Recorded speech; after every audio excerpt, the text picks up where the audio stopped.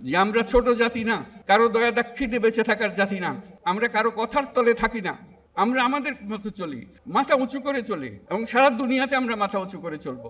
বঙ্গোপসাগরে মাছেরও তো একটা বিষয় আছে। অন্য দেশের মাঝিরা এসে, আমাদের মৎস্যজীবীরা আছে, এসে আমাদের পানি থেকে তারা মাছ শিকার করে নিয়ে যায়। আমরা হাত করে তাকিয়ে থাকি, কিছু করতে পারি না।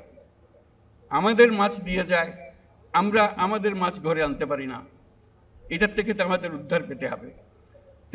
সেই বঙ্গোপসাগরকে মিলিয়ে, তার উপকূলকে মিলিয়ে আমরা সমস্ত বাংলাদেশ পরিবর্তন করে ফেলতে পারি।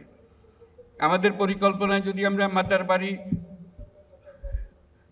কক্সবাজার সব কিছু মিলিয়ে, মহেশখালী সব কিছু মিলিয়ে আমরা যদি একযোগে বন্দর উন্নত করি, তাহলে পুরো এলাকা নতুন সিঙ্গাপুরে পরিণত হবে। এটা নির্ঘাত, এটার থেকে কেউ বাইরে যেতে পারবে না এবং সকল দেশের মানুষ এখানে আসবে।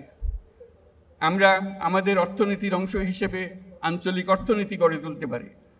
আমরা নেপালে, ভুটানে, সেভেন সিস্টার্সে তাদের সঙ্গে আর্থিক সম্পর্ক গড়ে তুলতে পারি শুধু এই বন্দরের কারণে, এই যোগাযোগের কারণে। তারাও সমৃদ্ধ হবে, আমরাও সমৃদ্ধ হব। কাজে এই সুযোগগুলো আছে যদি আমরা পথ মত ঠিক মতো চলতে পারি। সেই জিনিসটা আজকে আমাদেরকে দেখিয়ে দিল যে আমরা পারি। সেটাই হলো আজকের আমাদের যে শিক্ষা, যে আমরা যেটা চাই সেটা করতে পারি। এবং যেটা আজকে করলাম সেটা ছাত্রদের, তরুণদের জানিয়ে দেওয়ার জন্য তাদের পাঠ্যপুস্তকে থাকবে আমরা কিভাবে ঐক্যমতে এসেছি, কী কী বিষয় বিবেচনা করেছি, তারা কেন এই সিদ্ধান্তে এসছে, কীভাবে এসছে, তাদের জন্য যেই তারা বিতর্কগুলো করেছেন দিনের পর দিন এই সিদ্ধান্তে আসার জন্য, সেগুলোর ভিডিও ইস্যুভিত্তিক তৈরি করে করে ছাত্রদের হাতে দিয়ে দেওয়া হবে।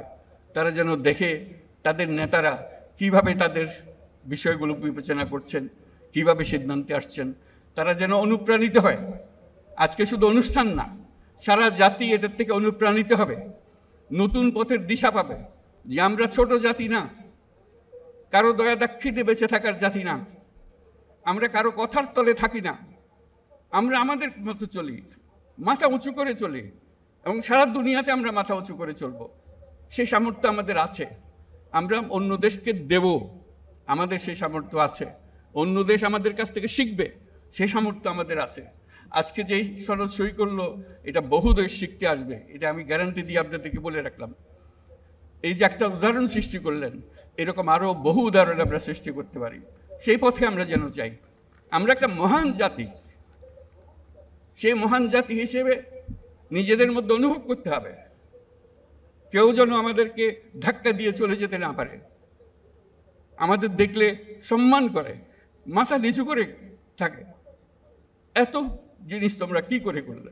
এখনো তারা চিন্তা করে যে তারা এত কিছু কিভাবে করলো, এই অভ্যুত্থান করলো, একটা এত বছরের সরকারকে ফেলে দিল, পালিয়ে গেল সরকার, একটা নতুন সরকার করলো, একটা নতুন সনদ করলো, এত কিছু করলো তারা। এটি অবাক বিস্ময়ে তাকাচ্ছে। আমরা নির্বাচনের কথা বলেছি, এই সুর, যে সুর আজকে আমরা এখানে বাজালাম, সেই সুর নিয়ে আমরা নির্বাচনের দিকে যাব। ঐক্যের সুর, ঐক্যের সুর দিয়ে আমরা নির্বাচনের দিকে যাব। ফেব্রুয়ারিতে নির্বাচন হবে এবং এই ঐক্য যেন বজায় থাকে। আজকে ঐক্যমত্যে আমরা যেরকম সনদ করলাম, রাজনীতির ব্যাপারেও, নির্বাচনের ব্যাপারেও আপনারা রাজনৈতিক নেতারা বসে, বিভিন্ন দলের নেতারা বসে একটা সনদ করেন কিভাবে নির্বাচন করবেন। যেমন তেমন করে নির্বাচন করলে তো আবার পুরনো জায়গায় ফিরে যাওয়া, কিছু করে লাভটা কি হলো? এই কথা লিখে আমার লাভ কি হলো? কথা লিখলাম, কথা মানলাম না, কাজের মধ্যে গিয়ে মানলাম না। কাজেই আমার অনুরোধ, আপনারা আবার ঐক্যমত্য কমিশন বলেন, কমিটি বলেন, নিজেরা বসুন, নির্বাচনটা কিভাবে সুন্দরভাবে করবেন, উৎসবমুখর করে করবেন, ইতিহাসে স্মরণীয় করে তুলবেন। যেই সনদ রচিতা এই নির্বাচন করেছে, এই সনদ তৈরি করেছে যারা, তাদের হাতে এই নির্বাচন সৃষ্টি হয়েছে। পুলিশ এসে কেন ধাক্কাধাক্কি করবে? সেখানে নিজেদের নির্বাচন নিজেরা করব আমরা। কারো কারো এসে আমাদেরকে সোজা করতে হবে না, আমাদেরকে দেখিয়ে দিতে হবে না, ধাক্কাধাক্কি করতে হবে না। আমরা কি জানি না নাকি কিভাবে নির্বাচন সুন্দরভাবে করতে হয়? সেটা যেন একটা উদাহরণ হয়, সেটা জাতির জন্য উদাহরণ, বিশ্বের জন্য একটা উদাহরণ হিসেবে আমরা সে নির্বাচনটা করতে চাই। আমরা ইনশাআল্লাহ পারবো। আজকে সেই পারার একটা চিহ্ন আমরা এখানে রেখে গেলাম। এই চিহ্নটা ধরে আমরা পথে অগ্রসর হব। আল্লাহ আমাদেরকে সেই সামর্থ্য দিক।